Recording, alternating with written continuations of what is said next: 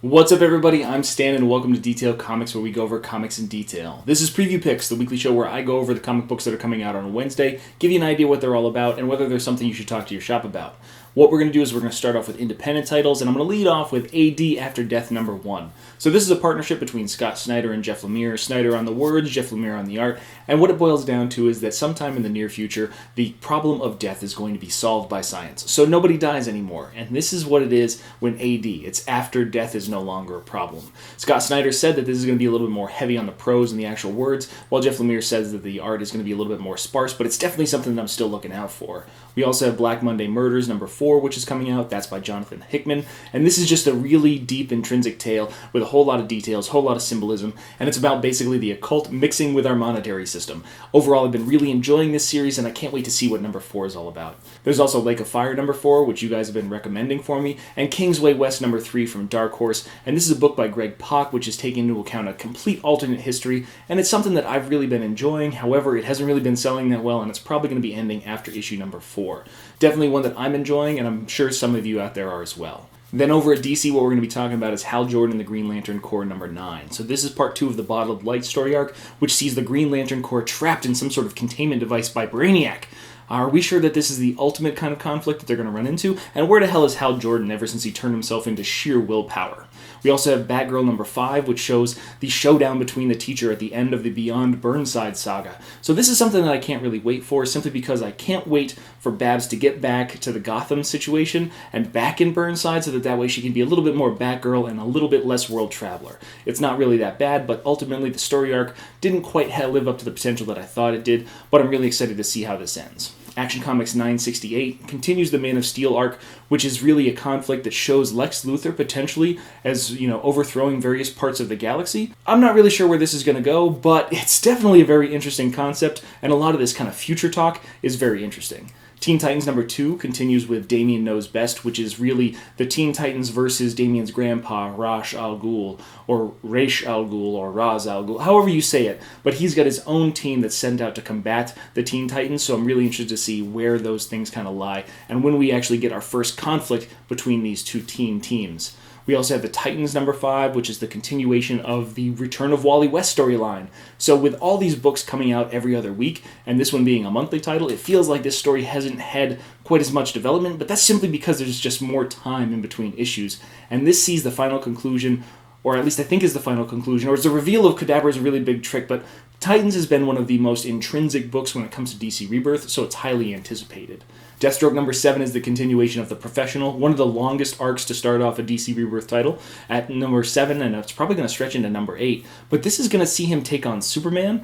I'm not sure what's going on there, but I can't wait to see. Then we have Flash #11, which continues the Speed of Darkness arc in part 2, where we see the Shade, and what this is going to take to get Wally West's new Kid Flash and Barry Allen's Flash out of the Shadowlands, and what that really means for their teamwork. Detective Comics 945 continues the Victim Syndicate Part 3, and hopefully we're going to see a little bit more character development for these individuals that are part of this Victim Syndicate, and who they are, where they came from, and how this leader really kind of came about, because he says he's the first victim of Batman, so I'm really interested to see who he is.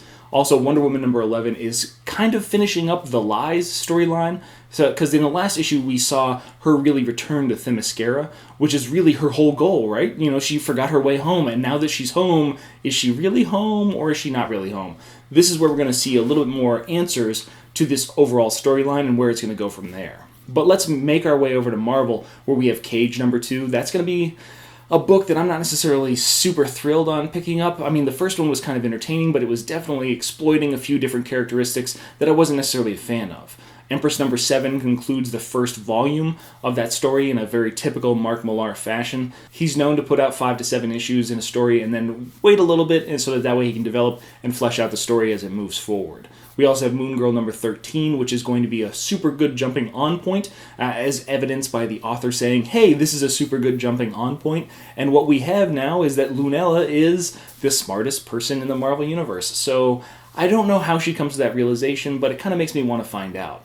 Spider-Gwen number 14 looks to have a bit of Thanksgiving on its mind, but we see Matt Murdock, who in this universe, he's the Kingpin. So this is going to be a very interesting kind of setup in there.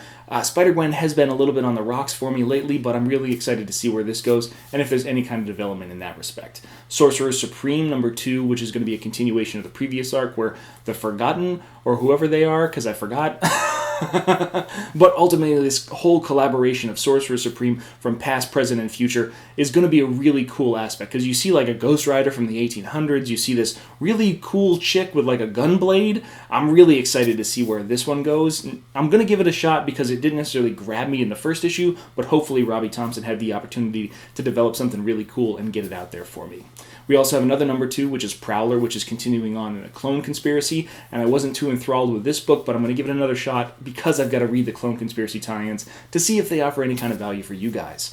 The book that I think is going to offer a lot of value, though, is Mighty Thor number 13, which begins a 2-part arc in this issue. After issue 11, where we saw that Mjolnir's sentient, issue number 12, where we got the untold origin of Mjolnir, this is going to be a lead into what looks to be the War of the Realms. And if this is a 2-part arc, that gets us 3 issues into Unworthy Thor as well, which is going to be super exciting because hopefully those story arcs kind of combine into one big blast of a story. And I'm really excited about that.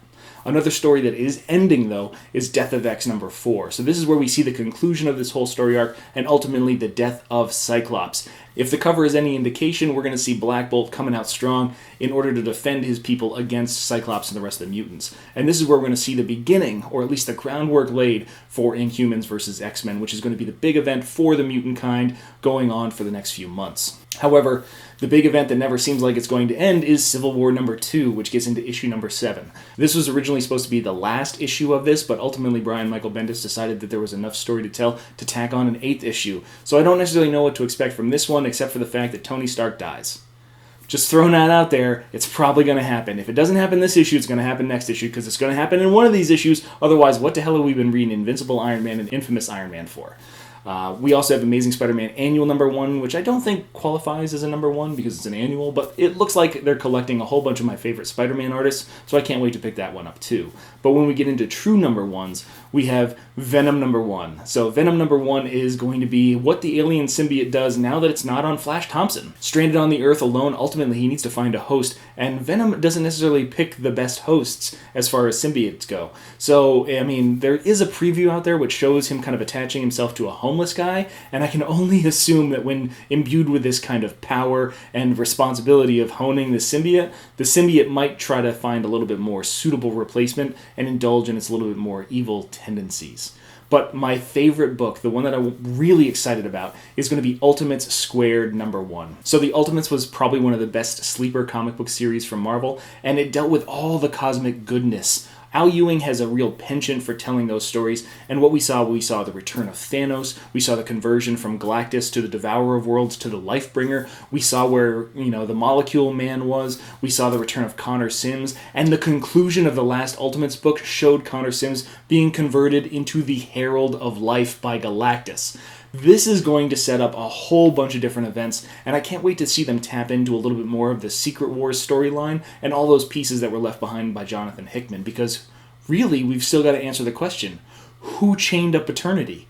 What's going on there, man? We've got to jump outside of our own universe to understand what's happening on this cosmic level, and I can't wait to see what kind of stories they tell in this second version of the book. I'm really excited to see where this one's going, and I can't recommend it enough. Definitely a book that I'd recommend you guys pick up. So those are all the books that I'm thinking about for Wednesday, but I want to know what you guys are picking up too, if you're picking up something different, or if you have an idea of something that I should grab as well. So hit me up in the comments down below, and we can start that conversation. As always, if you like what you see, hit the like button. Don't forget to subscribe right there to get more news, reviews, and commentary on comic books, comic book movies, comic book TV shows and games, and anything and everything inside the world of comics.